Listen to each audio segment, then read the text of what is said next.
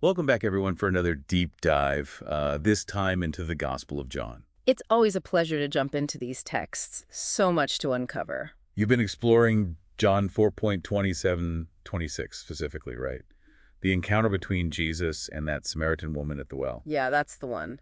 Such a pivotal moment in the story. Well, let's unearth some of those fascinating insights about worship, shall we? What it truly means and where it truly happens. Oh, absolutely. This passage is like an archaeological dig. There are layers and layers of meaning just waiting to be discovered. Okay, so let's set the stage first. We're in Samaria, a place with a long and complex history. Right, especially between the Samaritans and the Jews. Oh, tons of baggage there. Yeah, and that tension, it kind of spills over into their views on worship. Oh, yeah, for sure. You probably already know about the whole debate over the correct location for worship, right? Mount Gerizim versus Jerusalem. Exactly.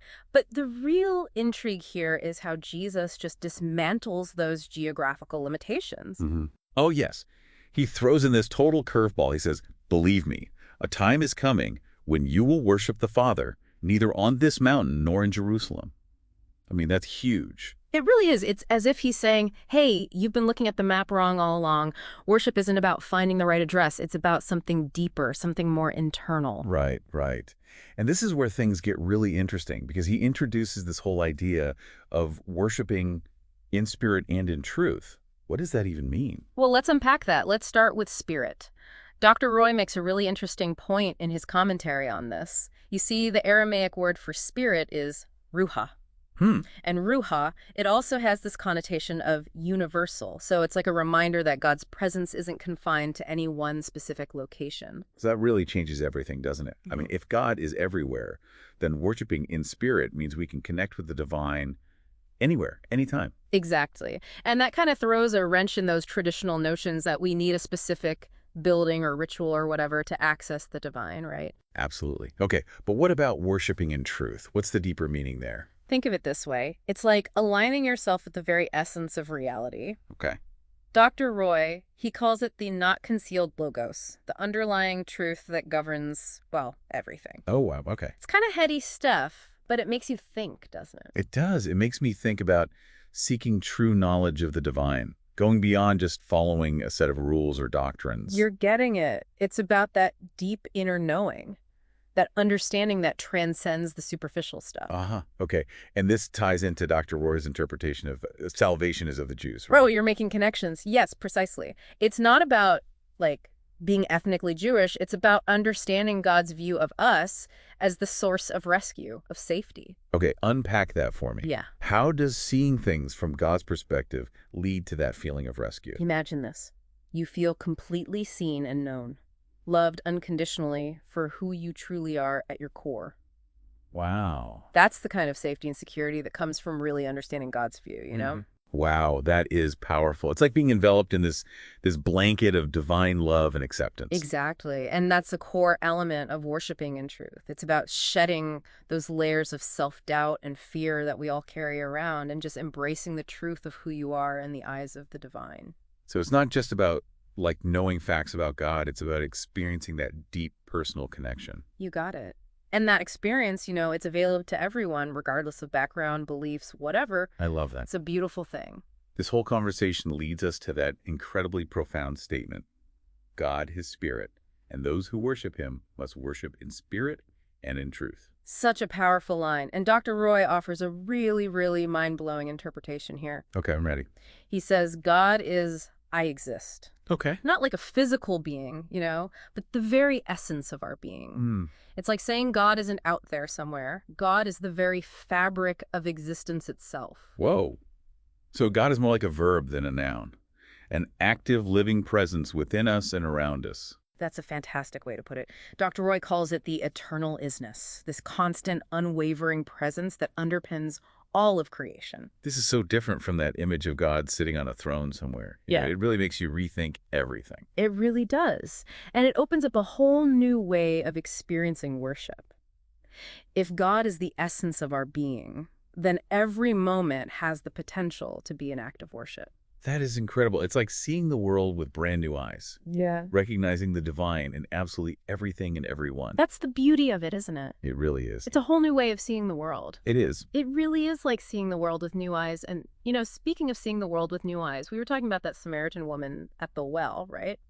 She has this incredible moment of recognition, acknowledging Jesus as the consecrated one. Yes. It's Yeah. like this sudden awakening for her. Oh. She gets this glimpse into the truth of who he really is. Right, right. But what I find so interesting is that this revelation happens to her, a Samaritan woman, someone who's considered an outsider to those traditional Jewish circles. Yeah, that's a really, really important point. You see, Jesus, he reveals himself as the consecrated one to someone who, let's face it, was initially skeptical. She even challenged his whole view on worship. It's true she did. Yeah, and Dr. Roy really emphasizes this. He points out that this is actually the very first time in the Gospel of John that Jesus openly identifies himself using this title. Wow, really? I didn't realize that. Yeah, it's significant, right? Choosing to reveal this aspect of himself to someone who is essentially an outsider. Right. That's quite a statement. It speaks volumes about his approach, doesn't it? It really does. I mean, he meets people where they are, Yeah.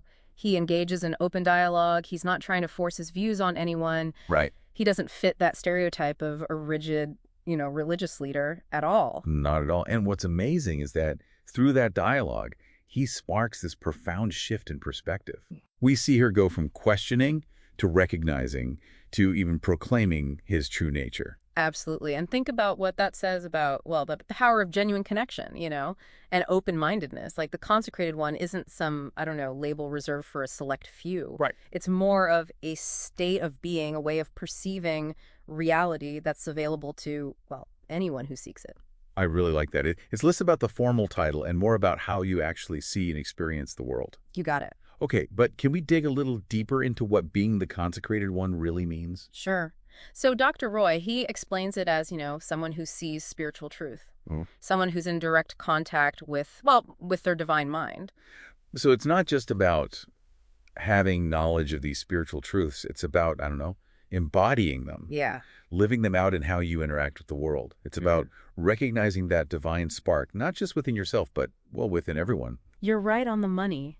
And that way of being, that's what allowed Jesus to challenge the status quo and offer this whole new understanding of worship. Right. One that wasn't bound by specific locations or rituals or whatever. Right.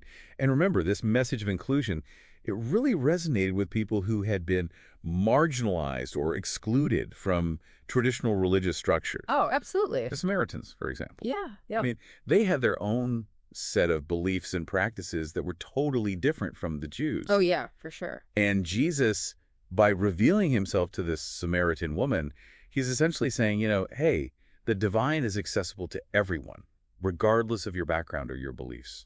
I love that. It's such a powerful affirmation of our inherent spiritual worth, wouldn't you say? I would absolutely say that. And it's a message that, continues to resonate thousands of years later. It's like he's speaking directly to us, inviting us to discover that same connection.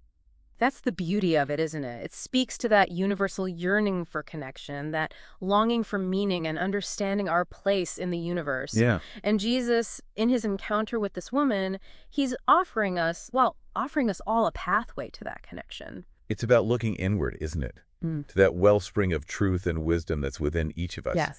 It's not about looking to some external authority, but tapping into that inner divinity that we all possess. Beautifully put. That's why this seemingly simple story from the Gospel of John, it holds such profound implications for us today, It really does. It's an invitation to examine our own understanding of worship, to look beyond the rituals and the traditions and just cultivate that inner connection with the divine. It's amazing how much depth there is here, isn't it? Absolutely. So much to unpack. But before we wrap up this part of our deep dive, I wanted to touch on one more point from Dr. Roy that I found really intriguing. He talks about these white, ripened wheat fields, ready to be harvested, symbolizing the potential for spiritual awakening among those who maybe had been overlooked or dismissed. Oh, yeah.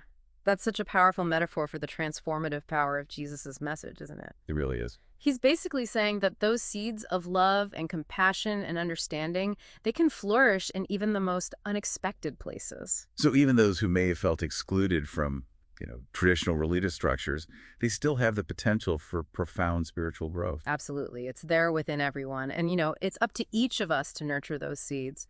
Dr. Roy, he reminds us that we can all be consecrated messengers. We can share that vision of love and interconnectedness with the world. Okay, now that's an idea I want to unpack further. It sounds like a call to action. It is. It absolutely is. And we'll delve into that even more in the final part of our deep dive. Okay. Stay with us. All right, so you left us with that idea of being consecrated messengers. It sounds like a huge responsibility. It is, but also an incredible opportunity. Yeah, for sure. And it, flows directly from that whole image of the white ripened wheat fields ready for harvest. Mhm. It suggests that there are just countless souls out there, yearning for that connection with the divine, ready to embrace those seeds of love and understanding. So how do we step into this role of consecrated messenger? What does that even look like in our everyday lives? Well, remember, the consecrated one is someone who sees spiritual truth and embodies it. So becoming a consecrated messenger, it isn't about preaching or trying to convert others. Right. It's more about letting that inner light shine through in our interactions with the world. It's about walking the walk, not just talking the talk. Yeah. Letting our actions speak louder than words. Yeah, exactly. It's about approaching, every encounter, every conversation with that awareness of the divine spark within ourselves and others. It's about choosing love over judgment, compassion over criticism. It sounds like, like a shift in perception. Yeah. Seeing the world through this lens of interconnectedness rather than separation.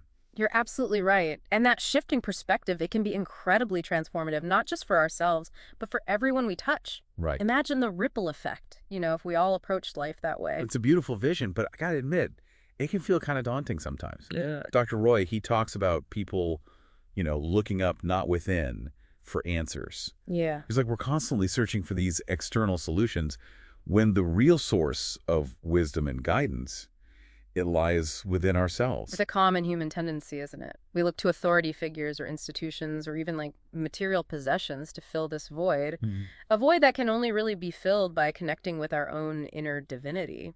So as consecrated messengers, are we kind of helping others turn their gaze inward, guiding them to that wellspring of truth and wisdom that's within them? Absolutely. It's about empowering others to discover that direct connection with the divine. Okay. That place of inner knowing that's always present and available if we just know where to look. So it's like we're almost like spiritual guides in a way. Yeah. Not in a hierarchical sense, but, in a way that encourages others to find their own path. Beautifully put. That's where the real transformation happens, both individually and collectively, It's about creating a world where everyone feels empowered to tap into their own inner divinity. Right. Their own unique expression of the consecrated one. This has been quite a deep dive, I have to say. John 4.2026. Yeah. It's been a powerful reminder that true worship, it's an ongoing journey. This continuous process of awakening and, aligning ourselves with the divine. It's a journey that transcends those, physical locations and rituals. Right. Leading us deep into the heart of our own being and outward into a more, compassionate and interconnected world. Well said. Thank you. As we conclude this exploration, we invite you, the listener, to consider. Yes. How can you be a consecrated messenger in the world? How can you, embody those principles of spirit and truth in your everyday life? And how can you help others discover that same wellspring of divinity within themselves? These are powerful questions, They are. Worth pondering as we continue on our own journeys of spiritual growth and understanding. Well, thank you for joining us for this deep dive. We hope you've gained some valuable insights from this exploration of, John 4.2026. Until next time, may you continue to discover the profound depths of worshiping in spirit and in truth